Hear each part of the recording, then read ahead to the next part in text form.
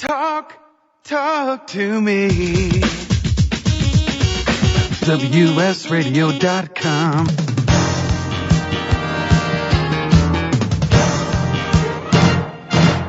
The San Diego Union Tribune and Sign On WS Radio presents San Diego's Finest Radio with your host, Jack Warren. Hey everyone, this is Jack, the voice of San Diego's finest businesses, talking to you live from the WS Radio studios.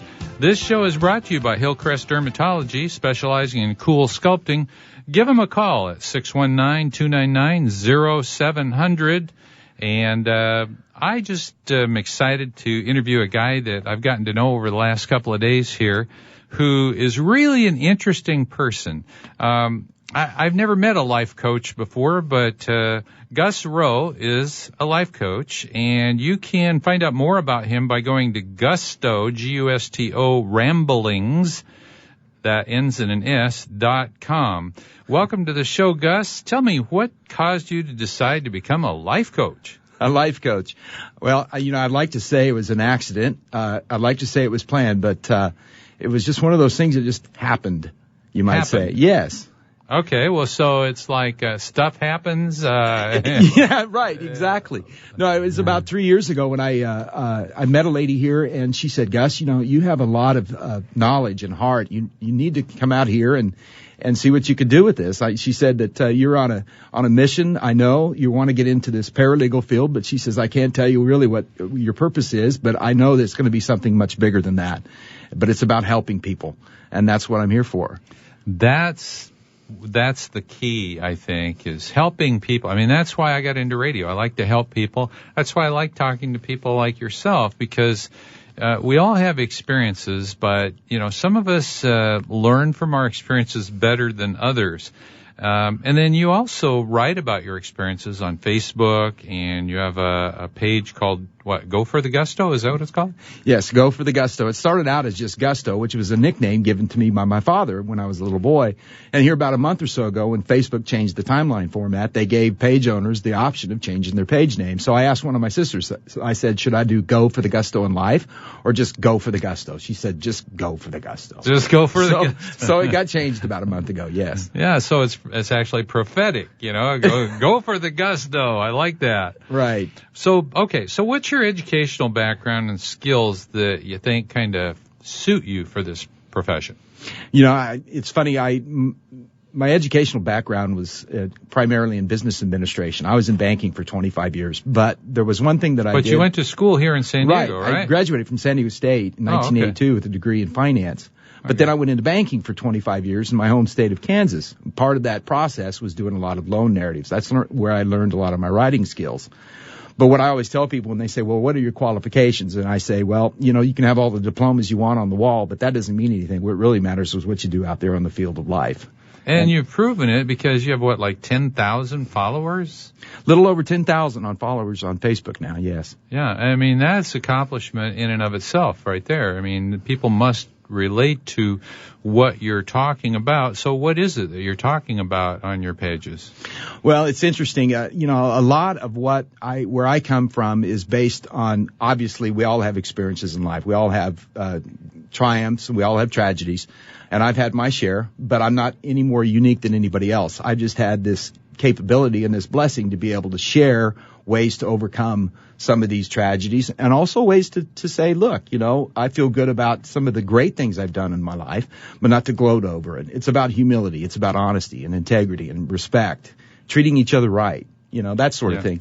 But I know that there's a lot of people out there that are really struggling with a lot of issues, and it doesn't matter what it is. I have just come from a place where, through a lot of different issues in my life, starting when my mother passed away when I was 13, where I overcame that tragedy. Then I overcame a bitter divorce. And then I overcame another tragedy in my life in 2008. And I've always been able to come back. And it wasn't anything that I've done per se, but I know that there's a divine intervention that's going on this. And people are attracted to that because they see that, wow, he's got something that I'd like to listen to it a little bit. And it seems to help people. So you think they're drawn to the fact that you've overcome a lot of these obstacles in your life, and exactly. The Lord knows a lot of us have obstacles in our life. Right. So give me an example of what you would say to somebody who lost their mom at age 13. I picked a good No, one, you didn't I? That's not on the list. Oh, all right. Okay. No. Okay. So that sort of thing, death is unique. It's so personal.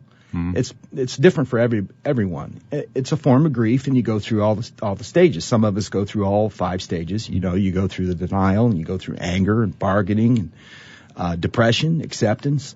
Some people get over that quicker than others. But one of the things I tell people, whether it's death or grief or job loss or financial hardship or whatever, I tell them the answers that you have are inside. You just haven't found them, and I'm just a messenger to help you possibly unlock them. A facilitator. A facilitator. A personal cheerleader. Ah. Now we're going to one of your taglines. Personal cheerleader? Is that the real definition of what you do? Well, I don't know if it's personal cheerleading or spiritual guidance. I've had a lot of people say, well, sometimes you just talk and write like you're a preacher. No, I'm not. I'm just a human being. I'm just like anybody else. Well, what would you consider spiritual in nature about yourself? It's interesting. I encountered a lot of tragedy in my life about 4 years ago, and it led to an awakening that I'm still experiencing on a daily basis. And I don't really think there's ever any end to any of our spiritual journeys. We all have a connection that we have with some presence in our life that we listen to. You can call it God, you can call it karma, you can call it the universe. I tell people sometimes, you can study subatomic particles for all that matters to me. It doesn't matter. Whatever works for you that keeps you on a positive growth. And so you contribute to helping other people by reminding them of that, would you say? Or well, me specifically, I attribute it to God. I will just be very honest with that. I'm a very spiritual person, but I respect other people's opinions. And, there's a lot of people out there, let's face it, religion and politics, you don't want to get into those areas too much. So I'm respectful of other people's, viewpoints. But, I don't try to push mine on others. But I do think that from my standpoint, there is definitely a godly presence in my life. Okay, so what would you say to people that are experiencing hardship and pain or grief of some kind? What would you say to them? Don't give up. Never, ever give up. Don't quit. Everybody gets a second chance. Sometimes you get more than 2 chances. But when you do, grab onto it and hold on. I think there's a saying, I share it a lot. When you're at the end of your rope, tie a knot in it and hang on. A lot of people think that's attributable to FDR, but I think it was Thomas Jefferson that actually coined that phrase. So, that sounds simplistic. It sounds, rose-colored in a way, but it's true. Positive affirmations work. People say, well, do positive affirmations work?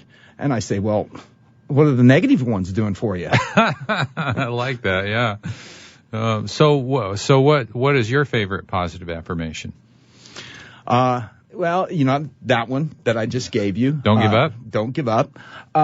And I think one of the things that I like too is, and I'll bring this name up, Will Smith, the actor, everybody knows him. But he has a series of interviews that he did that is out there on YouTube. It goes for about 9 or 10 minutes. And the man is amazing. How he says, there's no need for step B when you've got step A. First you decide, then you do it. The universe just gets out of your way after that. And he talks a lot too about how when he was a child, his grandparents said, we want you to build this wall. He said, you don't go out to build a wall. You place one brick as perfectly as you can, and then you lay another and another, and pretty soon you have a wall. But it's little things, little steps. So then I take that and go back to something my dad always used to tell me when I was growing up. Take care of the little things, Gus. The big things will take care of themselves. Yeah, some of the, for lack of a better word, the old sayings that we got from our parents and our grandparents, it seems like they've been forgotten. And they come back later in your life, don't they? Exactly. That is so true. That's a key element of what I try to share with people is life is not complicated. but we've made it that way. The world becomes so complicated that we think we need complicated solutions to it. It isn't. It's simple. It's basic stuff. It's things like honesty, integrity, mutual respect. Just like the Bible says, treat each other the way you want to be treated. There you go. It's just simple stuff. Yeah.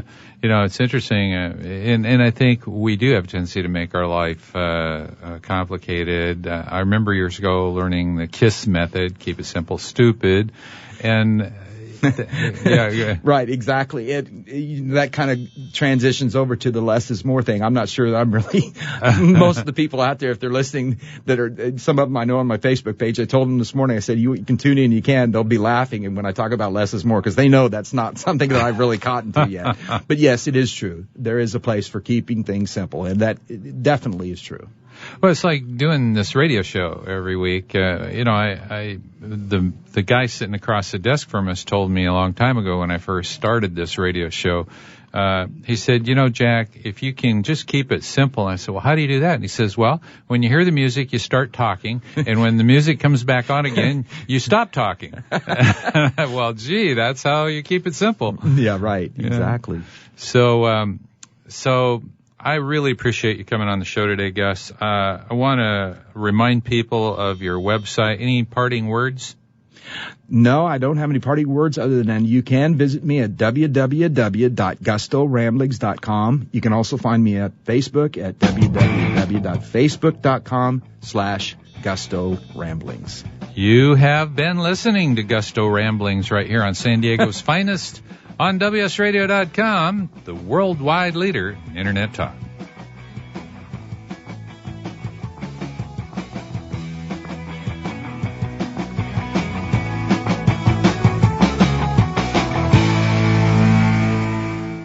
Save your cash while increasing your